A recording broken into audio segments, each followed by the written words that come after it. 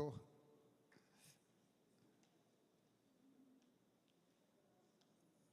Pronto, esse é o visitante mais novo aqui hoje. Sua mãe é Ilane. Nós vamos abençoar a vida de Heitor. Heitor vai ser um grande homem de Deus, né? Profetizamos a bênção do Senhor sobre a vida dele, para que ele cresça em graça, em sabedoria, estatura, amém?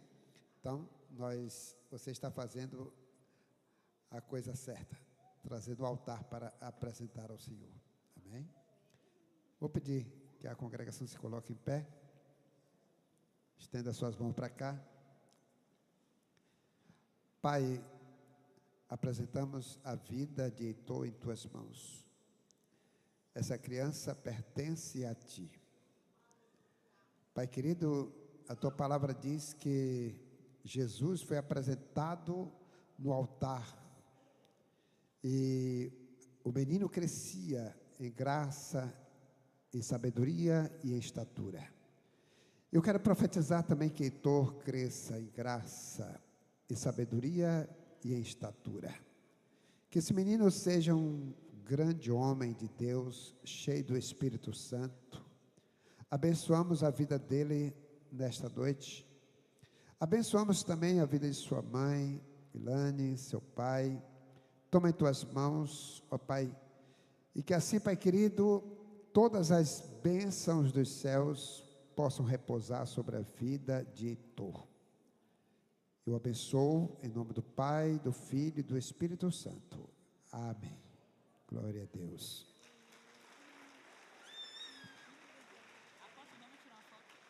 Vamos tirar uma foto aqui, né?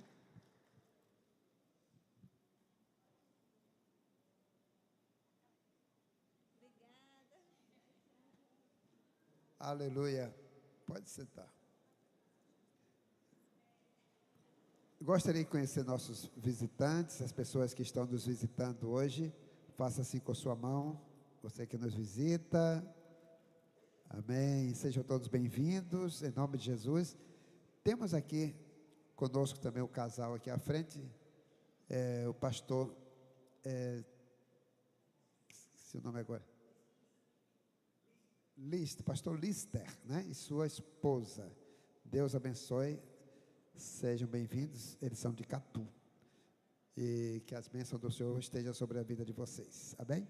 Sejam todos bem-vindos a esta casa de oração, onde aqui nós podemos sentir a presença de Deus, receber palavra de vida, palavra de bênção, e cremos que a presença de Jesus já está aqui nesse lugar, amém? A presença do Senhor já está aqui, amém? Diga para a pessoa que está ao seu lado, seja bem-vindo a esta casa.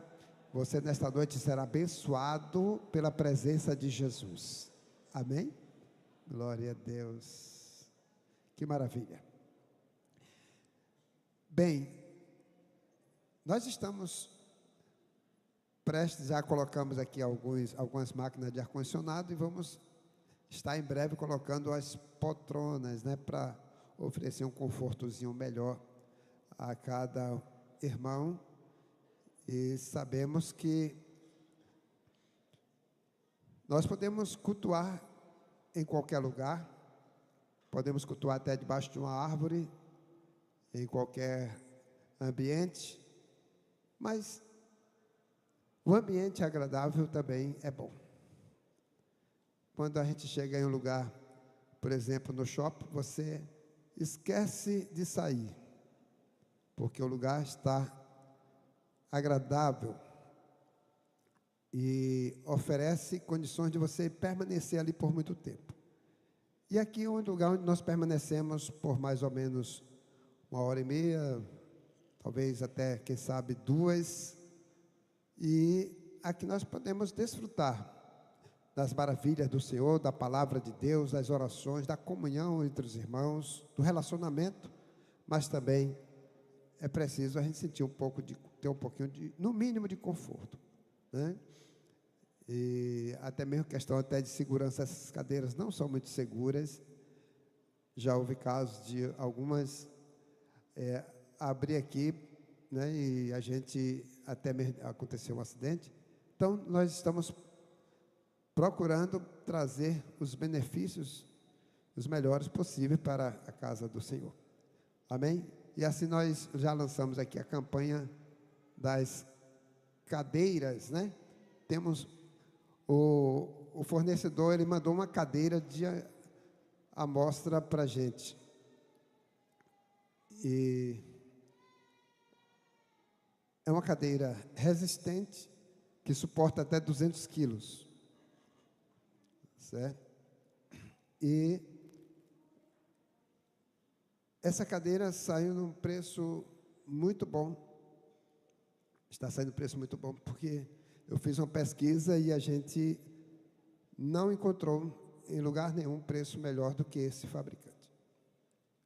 A média de preço está em R$250, R$280 uma cadeira.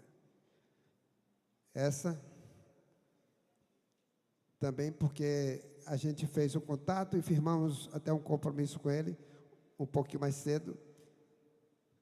Ele ficou a R$190 uma cadeira dessa.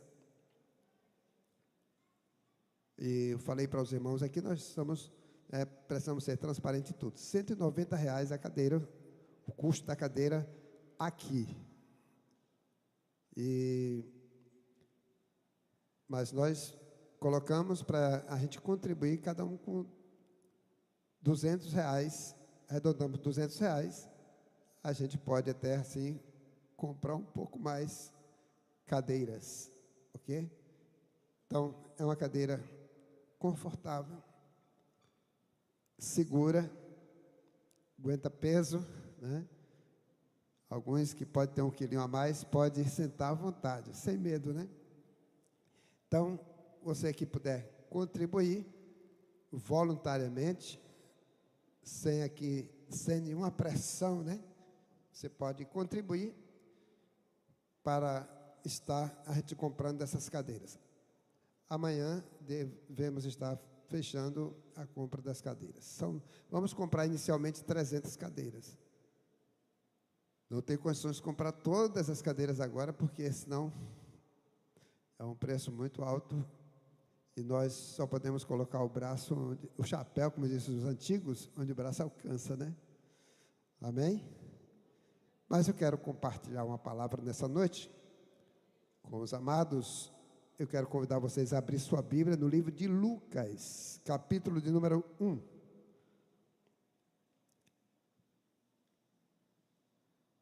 Quantos aqui sabem que hoje, segundo domingo de dezembro, é o dia da Bíblia? Segundo domingo de dezembro é o dia da Bíblia. Essa Bíblia que está na sua mão. Se comemora o dia da Bíblia no segundo domingo de dezembro.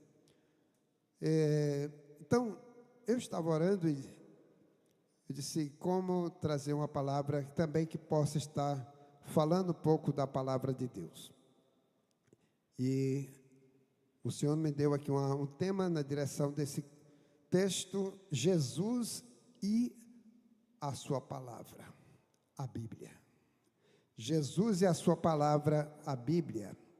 Lucas, capítulo de número 1. Vamos ler do versículo 1 ao versículo de número 4.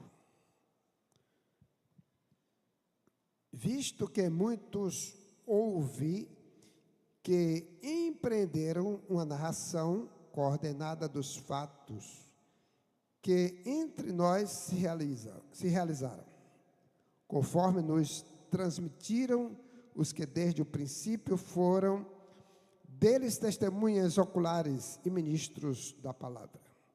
Igualmente a mim, me pareceu bem, depois de acurada investigação de tudo desde a sua origem, dar-te por escrito, excelentíssimo Teófilo, uma exposição em ordem, para que tenhas plena certeza das verdades em que foste instruído. Amém. Que o Espírito Santo possa trazer entendimento e revelação desta palavra. Amém?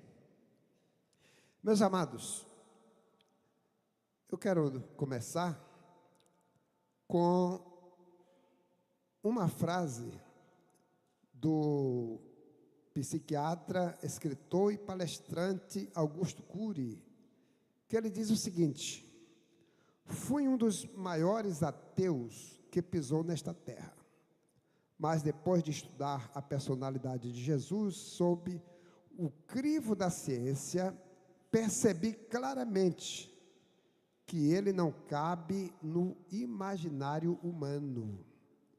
Tornei-me um cristão sem fronteira. Eu quero recomendar, quem quiser comprar, o livro de Augusto Cury, O Homem Mais Inteligente da História, né? Bem, nesta noite, nós vamos conhecer algumas coisas interessantes a respeito da palavra de Deus, a respeito de Jesus.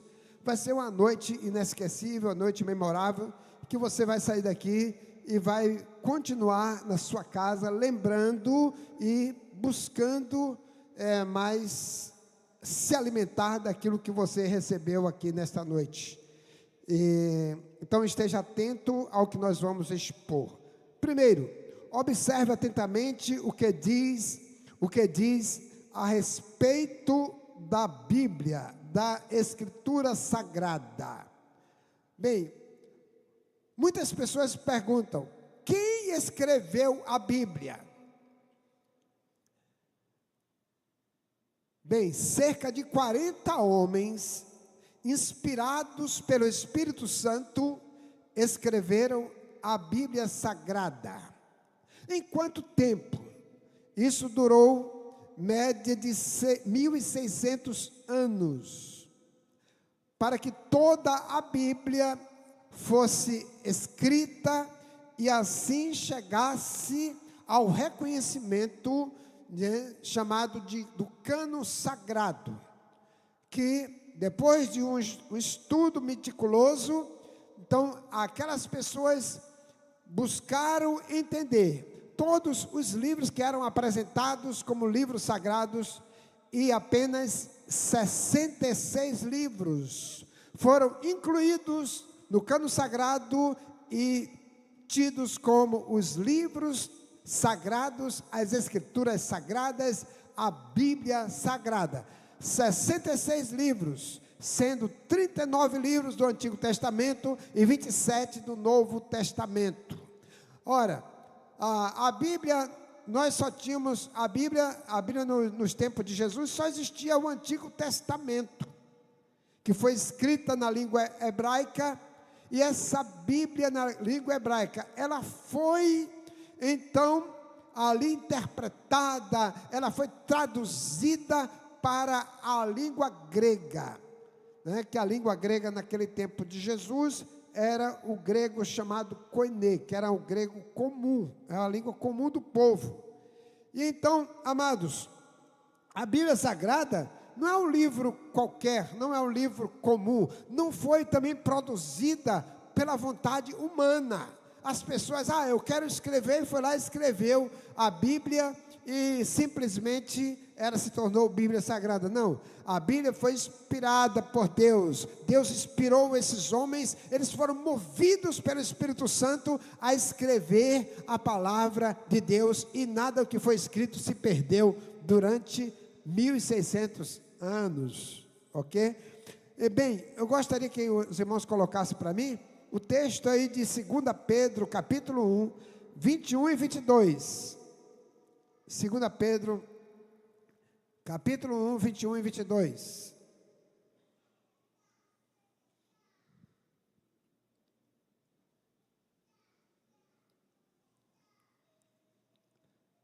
Vamos lá? Diz: porque nunca jamais qualquer profecia foi dada por vontade humana. Entretanto, homens santos falaram da parte de Deus, movidos pelo Espírito Santo. No capítulo 1, 21 e 22, não? Só vai até o 21, então eu coloquei A referência é errada. Bem, vamos até aí. O versículo 21 diz que os homens, eles foram inspirados por Deus, movidos pelo Espírito Santo, e que não foi pela vontade própria deles que eles escreveram as Sagradas Escrituras, mas que eles foram motivados, eles foram movidos, inspirados pelo Espírito Santo a escrever a palavra de Deus. E nós temos hoje essa palavra, que é a Bíblia, porque esses homens que foram inspirados escreveram. E a Bíblia, meus amados, nós sabemos que ela é conhecida como palavra de Deus, palavra inerrante, palavra que não erra, a palavra que nós temos, que ela traz sentido para a vida, ela nos aproxima de Deus. Quando nós lemos a Bíblia, nós estamos lendo a palavra de Deus. Quando nós lemos a Bíblia, nós estamos lendo sobre a vida de Jesus. E quando nós entendemos sobre a vida de Jesus, meus amados, nós mudamos de vida, nós somos transformados, nós somos libertos, nós somos sarados, nós somos curados, porque Jesus Cristo de Nazaré, Ele é a revelação plena da palavra de Deus.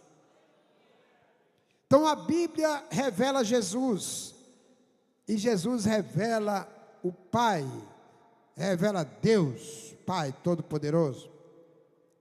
Então, amados, também a Bíblia, ela quando foi traduzida, diz que foi traduzida por 72 sábios da cidade de Alexandria. E aqueles sábios traduziram as Sagradas Escrituras por volta do 3º século até o 1º século antes de Cristo. E por isso mesmo nós temos a palavra de Deus hoje em nossas mãos, e essa palavra que nos ensina, que nos educa, que nos corrige, que nos orienta, que nos leva para a presença do Pai. Coloca aí para mim 2 Timóteo capítulo 2, versículo 16. E vamos ver o que a Bíblia, para que serve a Bíblia, conforme esse texto. 2 Timóteo 3,16.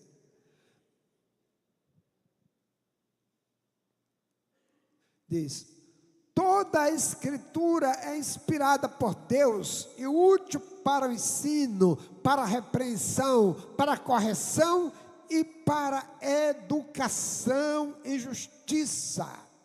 Ora, a palavra de Deus, meu irmão, serve o quê? Para a repreensão, para repreender.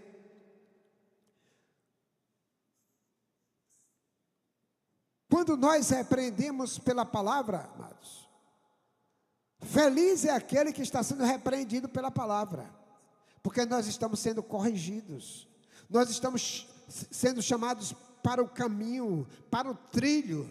E quando nós recebemos uma palavra de advertência, uma palavra de correção, é porque Deus nos ama, e Ele quer que a gente não se afaste do caminho dEle. Ele não quer que a gente se afaste, dos princípios da palavra, e por isso mesmo, Ele nos repreende pela palavra. Então a primeira coisa é repreender, a segunda coisa é correção. Ele repreende e Ele corrige a pessoa, trazendo para perto de Deus. Então, quando nós somos corrigidos, meus irmãos, em amor pela palavra, nós somos beneficiados, porque quando nós não ouvimos uma palavra de correção, a tendência humana é se afastar, de Deus e andar por seus próprios caminhos. E por isso mesmo, nós precisamos a cada dia estarmos atentos à palavra de Deus, ler a palavra, ouvir a palavra e colocá-la em prática. Não sermos somente ouvintes da palavra, mas precisamos ouvir a palavra e precisamos colocar em prática a palavra de Deus. Nós precisamos ler a palavra, examinar as Escrituras Sagradas. Por isso mesmo que Jesus diz lá em Mateus 22, 29.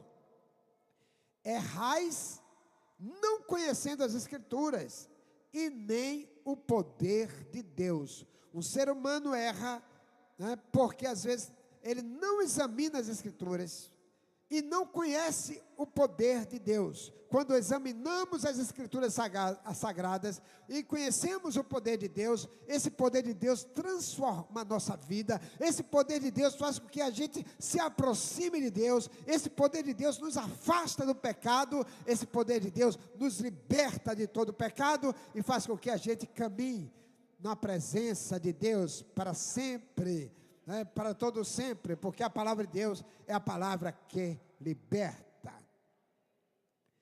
Também diz que a palavra de Deus, amados, diz que permaneça em 2 Timóteo 3,16.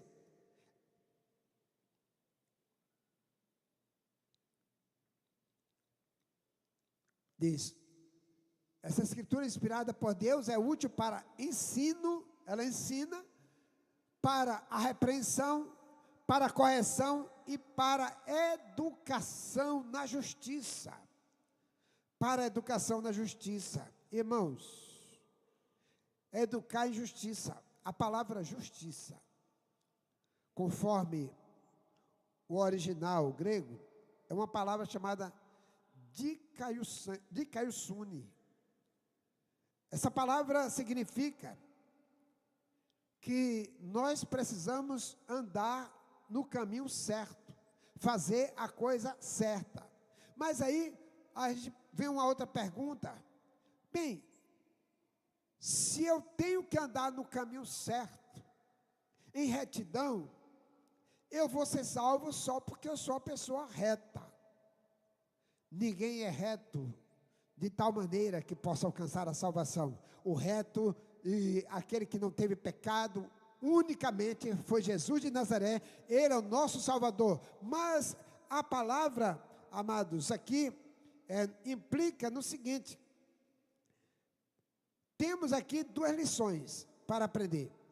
Fazer com que uma pessoa entre num relacionamento correto e adequado com Deus. Então, quando nós entramos no relacionamento correto e adequado com o Senhor, nós estamos caminhando, sendo educados na justiça de Deus. E a outra coisa, fazer com que a pessoa entre no relacionamento correto com Deus por meio da fé em Jesus. Você entra no relacionamento correto com Deus por meio da sua fé em Jesus. Porque às vezes as pessoas começam a praticar a fé colocando fé em tantas coisas.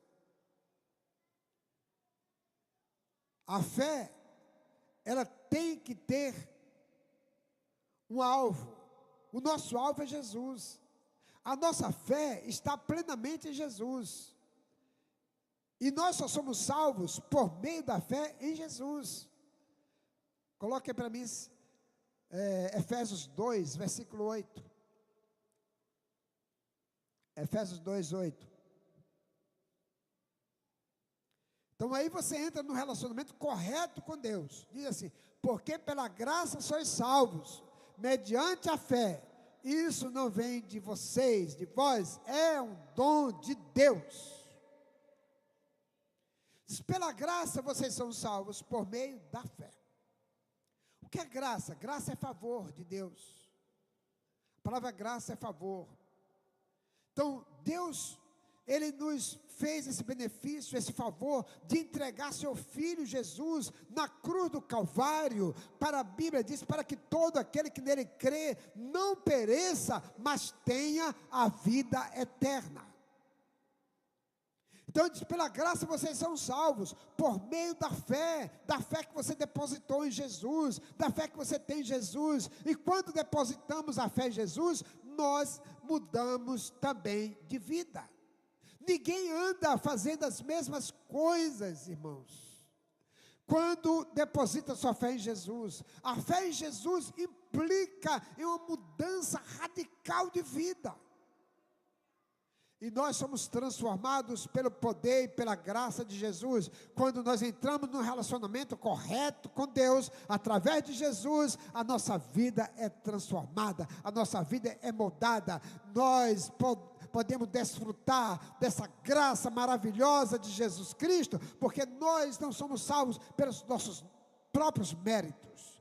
Nós não temos méritos para ser salvos, mas pelo mérito de Jesus, que derramou o seu sangue lá na cruz, e por causa do sangue de Jesus que foi derramado na cruz, é que nós encontramos a salvação eterna. Pela graça vocês são salvos, por meio da fé. Isso não vem de vocês, é um dom de Deus, diz as Escrituras Sagradas.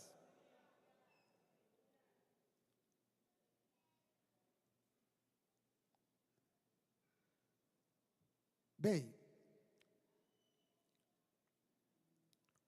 nós lemos no Evangelho de Lucas, no versículo 1 ao 4. Lucas é o evangelista que tem uma expressão na sua fala de uma lógica, de algo muito metódico. Os escritos dele têm uma metodologia. Haja vista que Lucas era um homem preparado. Lucas era médico. Mas ele se dedicou a sua vida a Jesus, a caminhar com os apóstolos, a viver com eles. E começou a escrever o evangelho chamado Evangelho segundo São Lucas. E, por isso mesmo, esse terceiro evangelho, chamado de Evangelho Lucas, que foi escrito por ele próprio, amados, ele escreve, e esse evangelho é dedicado a uma pessoa. Ele não escreveu aqui com a intenção de que esse evangelho chegasse até nós. Ele escreveu um evangelho direcionado a uma pessoa. Mas que o evangelho, inspirado por Deus, Deus tinha um propósito para alcançar multidões de pessoas que chegou até nós. E ele entrou no cano sagrado. E por isso mesmo, ele dirigiu essa palavra, o Evangelho segundo Lucas, era para um homem chamado Teófilo. E encontra aqui no capítulo 1 de Lucas,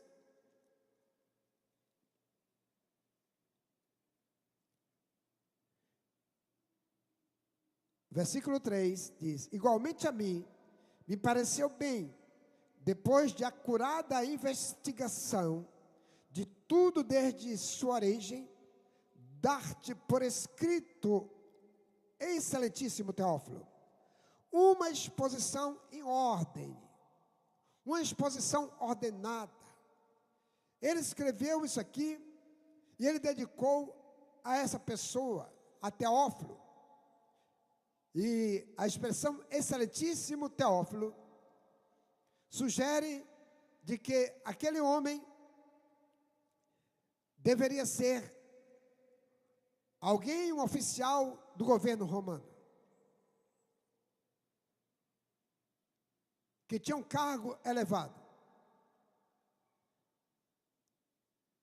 E Lucas, como médico, ele tinha acesso também a essas pessoas de uma classe social mais elevada. E ele tinha um contato direto com esse homem. E ele escreveu o Evangelho de Lucas, esse Evangelho, quando ele dedicou a Teófilo. Aquele homem passou a conhecer Jesus através dos ensinos, dos escritos de Lucas.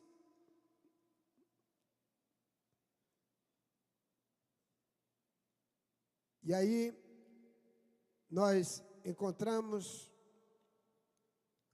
aí no versículo 3, quando ele diz: igualmente a mim, me pareceu bem, depois de acurada investigação de tudo.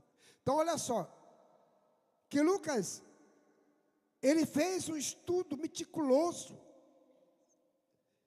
ele observou os detalhes do Evangelho, porque ele conviveu com os apóstolos, em especial naquele primeiro momento com Pedro, e ele escreveu as coisas de uma forma muito meticulosa, detalhes do Evangelho. E ele diz que o Evangelho, ele fez aquilo ali de uma obra, diz que uma coisa muito acurada. Não foi pegando coisas aleatórias. E por isso mesmo é que ele diz assim, no versículo de número 2, conforme nos transmitiram os que desde o princípio foram deles testemunhas oculares e ministros da palavra. Então, tudo aquilo que ele estava escrevendo era obra dos apóstolos de Jesus, que eles estavam transmitindo para ele, e ele estava ali escrevendo. E graças a Deus que essas escrituras chegou até nós, para que nós hoje pudéssemos desfrutar desse conhecimento, para que nós pudéssemos desfrutar desses ensinamentos maravilhosos da palavra de Deus, dessas verdades. E aí no versículo de número 4, ele diz assim, para que tenhas plena certeza das verdades em que foste instruído. Ele está falando com quem?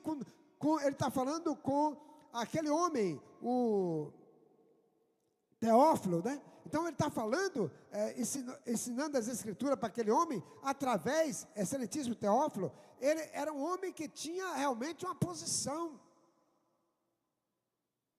Não era uma pessoa qualquer, senão ele não se dirigia ao excelentíssimo Teófilo. Então ele escreve aqueles ensinos e manda para Teófilo. Teófilo estava sendo evangelizado, Teófilo estava sendo ensinado através do Evangelho de Jesus, por meio dos escritos de Lucas, e que era um médico. E ele diz que ele estava escrevendo para que ele tivesse plena certeza naquilo que ele estava sendo instruído. Teófilo estava sendo ensinado a respeito de Jesus, o Salvador. Na sua obra, ele relatou sobre o nascimento de Jesus.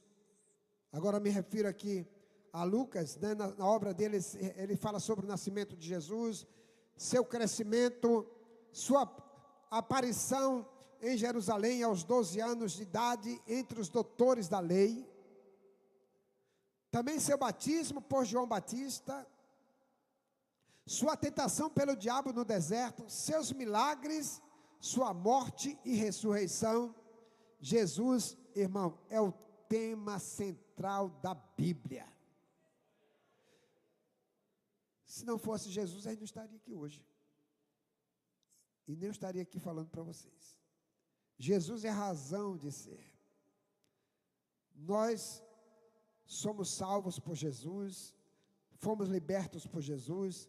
Só Ele tem o poder de dar vida eterna. Fora dele não há salvação, porque nenhum outro nome é dado entre os homens pelo qual devemos ser salvos. Lá em Atos capítulo 4, versículo 12, coloca aí para mim Atos 4, versículo 12, diz que não existe outro nome pelo qual nós devemos ser salvos. Diz, e não há salvação em nenhum outro, porque abaixo do céu não existe nenhum outro nome dado entre os homens, pelo qual importa que sejamos salvos. Diz que aqui na terra, meu irmão, não teve um outro nome, pelo qual o ser humano pudesse experimentar a salvação. Só existe salvação em Jesus. Não existe salvação nos apóstolos, não existe salvação nos pastores, não existe salvação em padres, não existe salvação em bispos, em papas, não existe salvação em homem algum. Todos os homens precisam de Jesus para ser salvo. Todos, sem exceção. É por isso que ele diz, aquele que nele crê, não perece, mas tem a vida eterna. Só tem vida eterna em Jesus, porque foi Ele que morreu na cruz do Calvário, foi Ele quem se entregou naquela cruz, foi Ele quem deu a sua própria vida na cruz, para quem crer nele tenha a vida eterna. Está escrito em João 3,16. Coloque para mim João 3,16.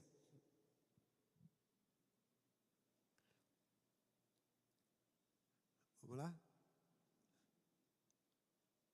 João 3,16. Porque Deus amou ao mundo de tal maneira que deu o seu Filho único, ou unigênito, para que todo aquele que nele crê não pereça, não se perca, mas tenha o quê? A vida eterna. Só existe vida eterna em Jesus. Todo aquele que crê nele, que deposita a sua fé, a sua confiança nele, a Bíblia diz, tem a vida eterna, não entra em condenação, mas passa da morte para a vida. Jesus é o único que pode dar a vida eterna. Fora dele não tem salvação.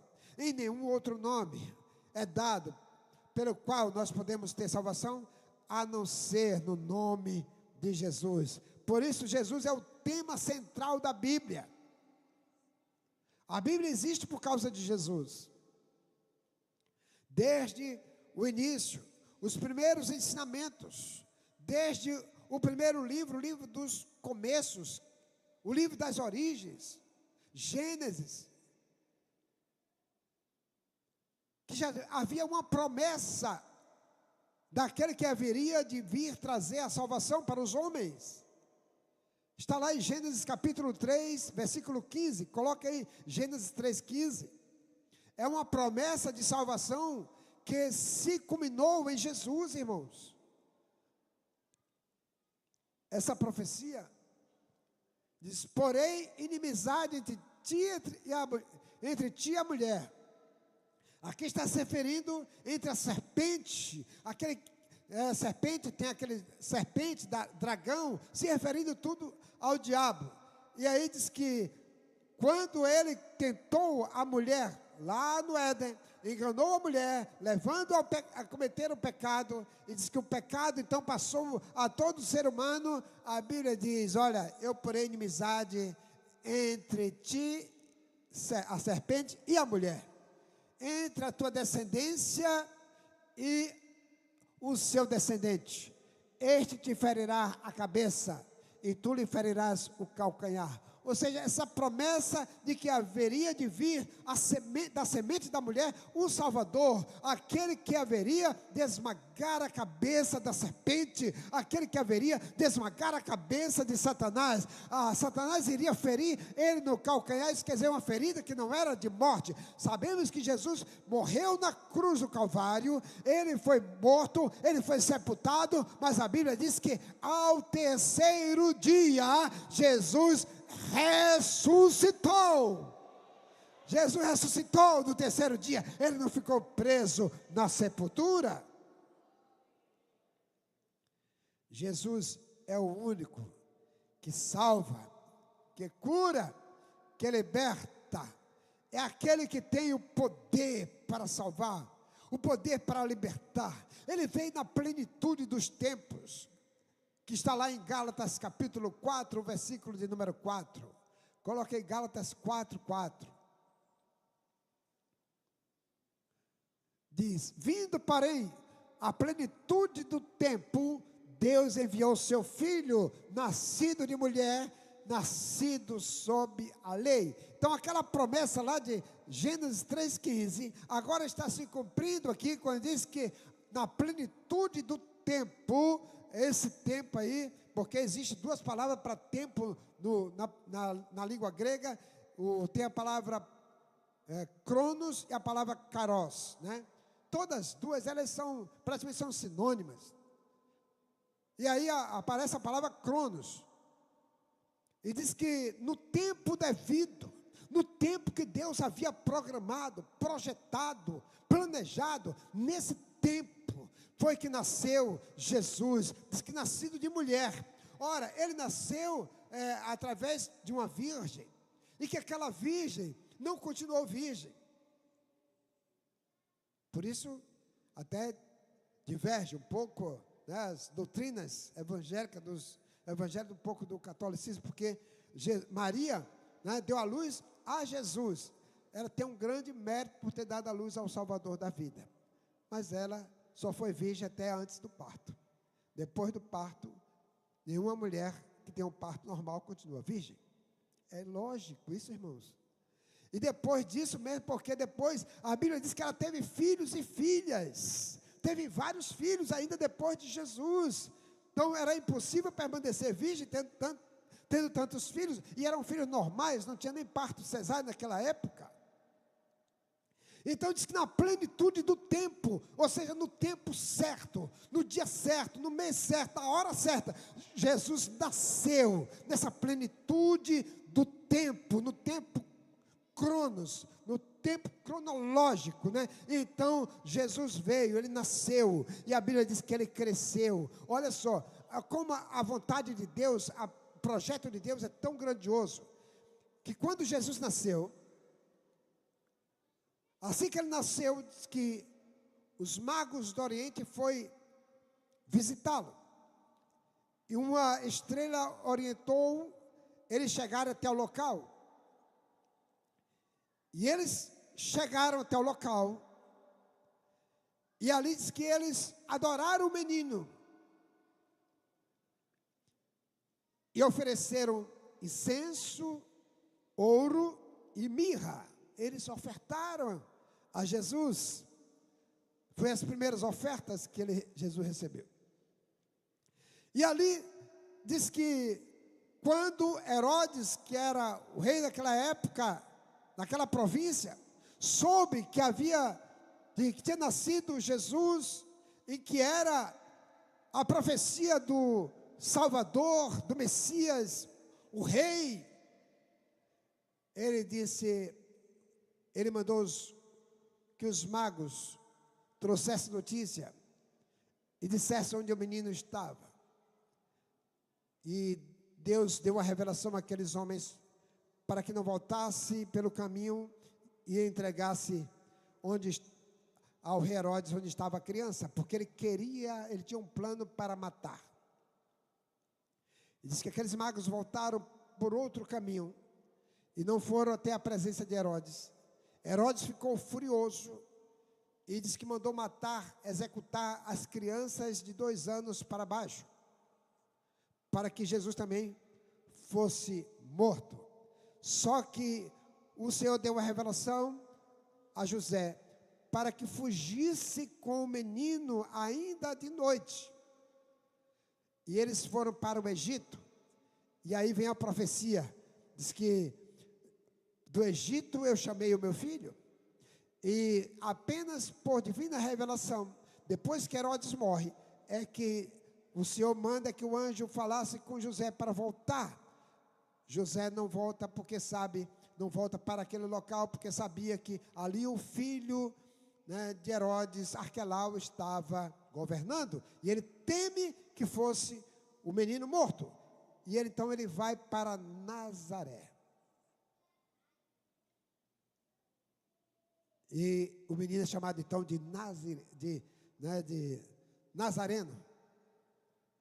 Olha só, e diz que o menino foi crescendo em graça e sabedoria, em estatura. Logo, quando chegou a fase de 12 anos de idade, ele foi na sinagoga. Os pais dele perdeu ele. Estavam indo embora. E só foi dar de conta no outro dia, quando procuraram Jesus e Jesus estava no meio. Voltaram, estava Jesus lá no meio dos doutores da lei. Com 12 anos de idade já tinha permissão para estar no meio dos doutores da lei.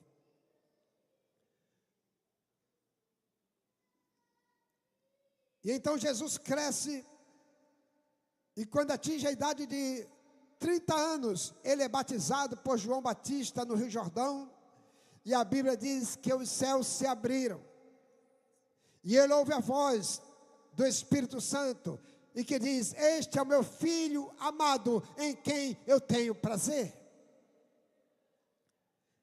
Jesus é o Filho de Deus, Jesus é o Salvador, Jesus é o Messias esperado. E nós estamos já prestes a concluir. Coloque para mim Lucas 4, 17 a 18.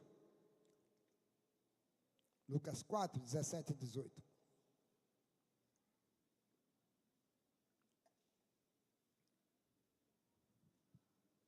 Diz assim: então lhe deram o livro do profeta Isaías. Deram a quem? A Jesus. Estava lá na sinagoga. E abrindo o livro, achou o lugar onde estava escrito: o Espírito do Senhor está sobre mim, pelo que me ungiu para evangelizar os pobres, enviou-me para proclamar libertação aos cativos e restauração da vista aos cegos, para pôr em liberdade os oprimidos. Essa passagem da Escritura que ele leu, quando deram o rolo, o livro do profeta Isaías. E ele disse: olha, o Espírito do Senhor está sobre mim. Todos voltaram os olhares para ele. Então Jesus ali estava lendo uma passagem das Escrituras que se referia a ele próprio, o Salvador, o Messias, aquele que havia de vir para dar salvação ao ser humano. Então Jesus foi ungido de Deus. Ele foi ungido para salvar, para libertar o povo dos seus pecados, para redimir o povo dos pecados, para dar salvação, para dar liberdade, para curar da enfermidade espiritual e para trazer vida eterna àqueles que creem. E por isso mesmo, amados, nesta noite, Jesus convida você para desfrutar da vida abundante através dele. Em João 10, o versículo 10, diz assim: o diabo veio para matar, roubar e destruir. A parte A do versículo. E a parte B diz: mas eu vim para que tenham vida, e o quê? E vida em abundância. A parte A do versículo diz que o diabo veio para matar, roubar e destruir. Ele diz: eu sou o contrário. Eu vim para lhe dar vida, e vida com abundância. Uma vida plena, uma vida cheia de graça, uma vida que você possa desfrutar, tanto aqui na terra, como depois desta vida, uma vida plena. Então, nós temos aqui aflições, temos dificuldades, temos problemas, temos lutas, enfrentamos tantas coisas, mas nós temos, irmãos, convicção de que Jesus está conosco, de que Ele nos conduz, que Ele nos ajuda a enfrentar os problemas, a enfrentar as lutas, e que Ele nos dá força para que assim nós possamos vencer as batalhas, as guerras. Mas a melhor parte é quando Ele diz assim: eu vim para dar vida e vida com abundância. A vida abundante é uma vida cheia de graça, cheia de favor de Deus. E essa vida abundante, ela começa a partir do momento que eu creio em Jesus e eu tenho Ele como meu Salvador. Eu começo a desfrutar dessa vida abundante. E nós vamos ter problema? Vamos. Nenhum ser humano vai vir aqui na terra sem problema. Eu tenho problema, você tem problema, nós temos problemas. Mas a melhor parte é que quando nós cremos em Jesus, nós podemos todas as coisas. Por isso que ele diz: eu posso todas as coisas naquele que me fortalece. Então o apóstolo Paulo disse: eu posso todas as coisas em Cristo que me fortalece. Ele é aquele que nos fortalece, é aquele que nos dá a vitória, é aquele que nos dá a paz, é aquele que vem nos redimir dos nossos pecados, é aquele que toma a nossa carga, o nosso peso, as nossas frustrações, as nossas decepções, as nossas dores, as nossas angústias. Ele toma sobre ele. É por isso que eu concluo Mateus 11, 28.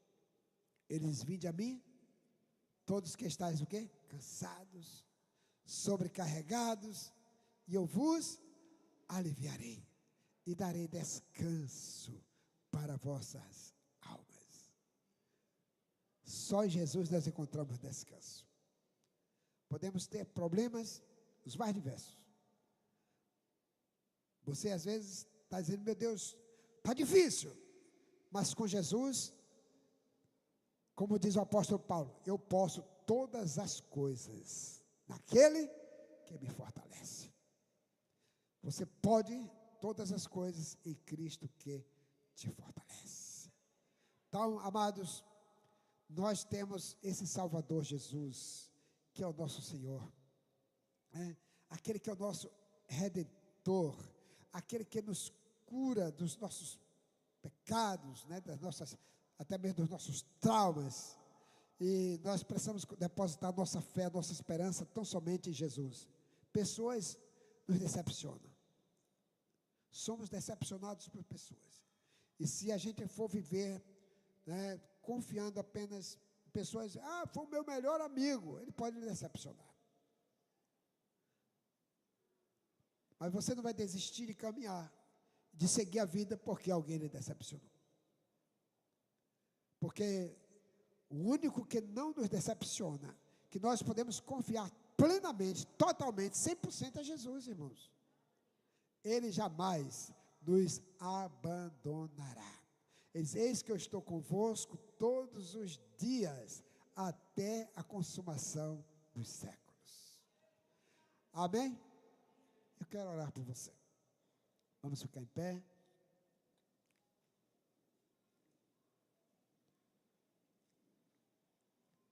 Aleluia. Glória a Deus.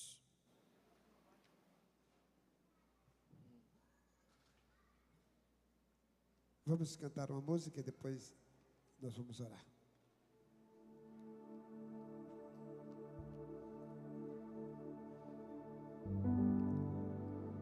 O Senhor Jesus é aquele que veio para nos trazer vida abundante. Ele disse: eu vim para que tenham vida e a tenham em abundância.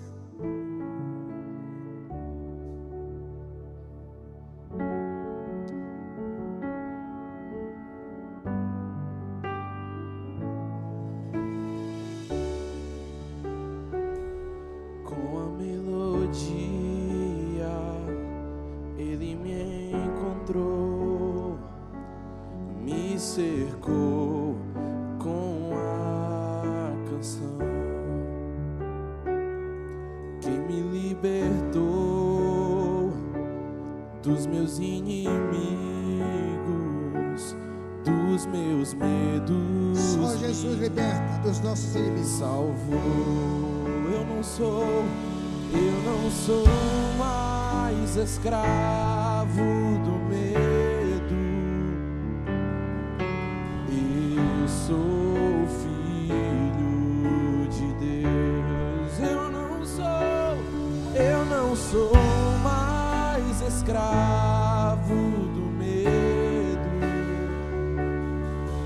Eu sou filho de Deus.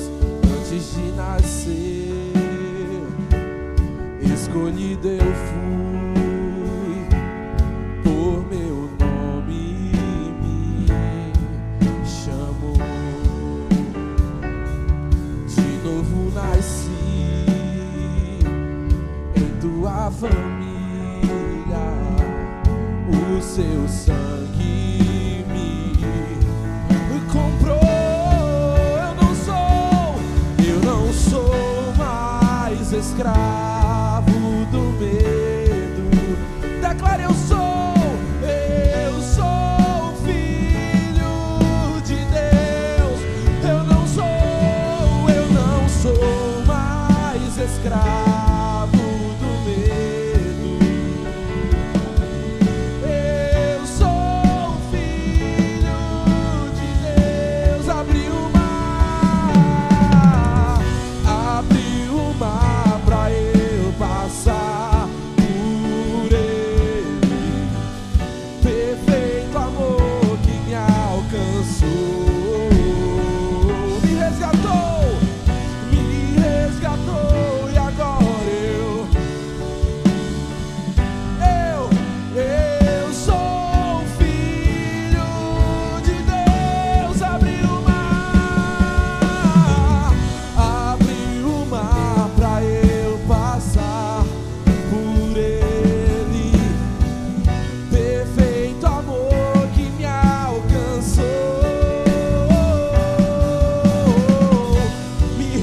resgatou. E agora nós podemos cantar. Eu sou filho de Deus. Eu sou filho de Deus. Eu sou filho de Deus. Aleluia, aleluia. Jesus faz com que você se torne filho de Deus. Quando você confia nele e entrega a sua vida para ele, ele transforma você, ele liberta você, tira os medos do seu coração, dá paz ao seu coração, dá tranquilidade, da vida eterna, da segurança. Eu gostaria de convidar você que talvez você precisa de uma oração, você precisa está passando por uma dificuldade, um problema, qualquer que seja ele. Eu gostaria de orar por você nessa noite. Pode ser de saúde, pode ser familiar, pode ser nos negócios, pode ser sua vida própria, espiritual. Eu gostaria de convidar você, ou você vai tomar uma decisão importante, você precisa de Jesus para lhe orientar. Eu quero convidar você a sair do seu lugar, vir aqui à frente, eu vou orar por você. Sai do seu lugar e venha que eu vou orar por você.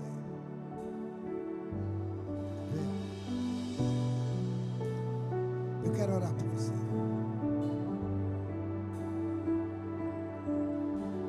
Jesus é o único que pode mudar, transformar, libertar, curar, restaurar, dar paz. Ele está aqui nessa noite. Ele é a sua força. Ele pode mudar a sua história. Ele pode transformar a sua vida.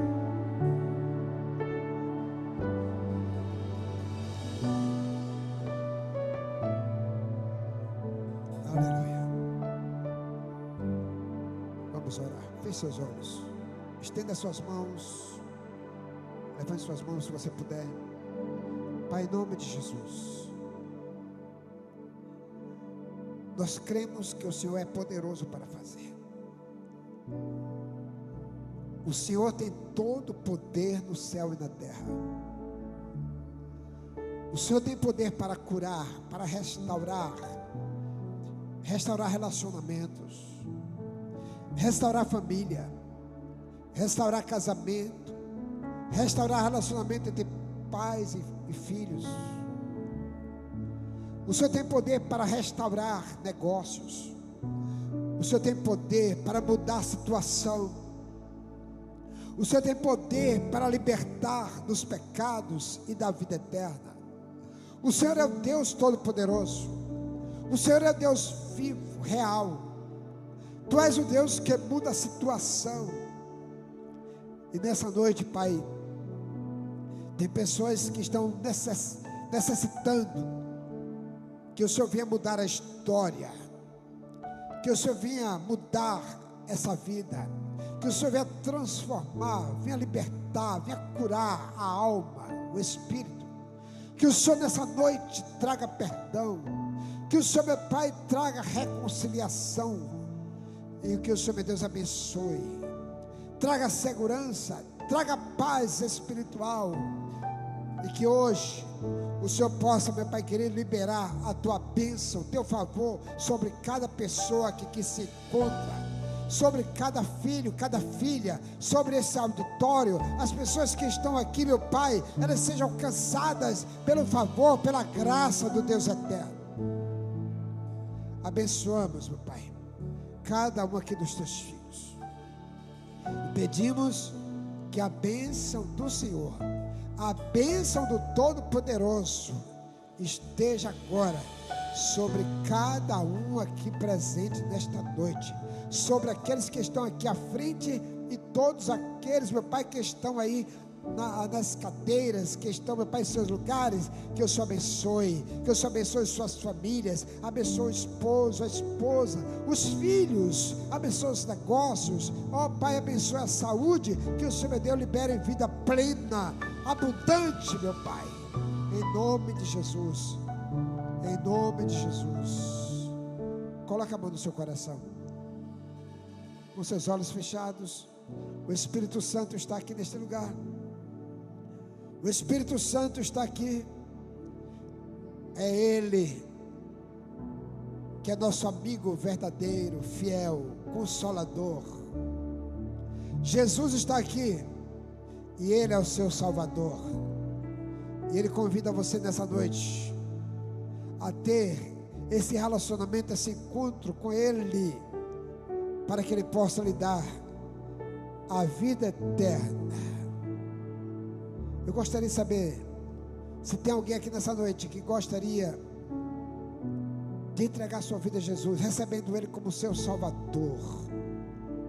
Estou convidando você para mudar de religião, estou convidando você a aceitar Jesus como seu Salvador. Eu gostaria que você apenas levantasse uma de suas mãos, dizendo: eu quero hoje ter esse relacionamento com Jesus, entregar minha vida a Jesus.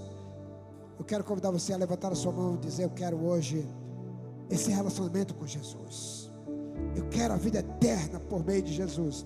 Tem alguém aqui nessa noite que gostaria de tomar essa decisão, entregando sua vida completamente a Jesus, deixar Jesus dirigir a sua vida, mudar a sua história? Ele é poderoso para fazer. Ele tem poder para mudar a sua história, para mudar a sua situação. Abençoa, Pai, cada um aqui desses teus filhos. Abençoamos suas vidas e que eles possam viver experiências novas com o Senhor, em nome de Jesus. Amém. Amém. Vamos dar uma pausa a Jesus.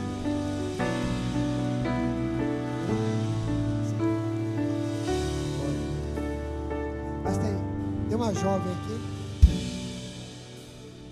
que ela quer hoje fazer essa aliança com Jesus. Amém? Como é seu nome? O nome dela é Lívia. Vamos orar por você, Lívia. Jesus, Ele é o seu Salvador.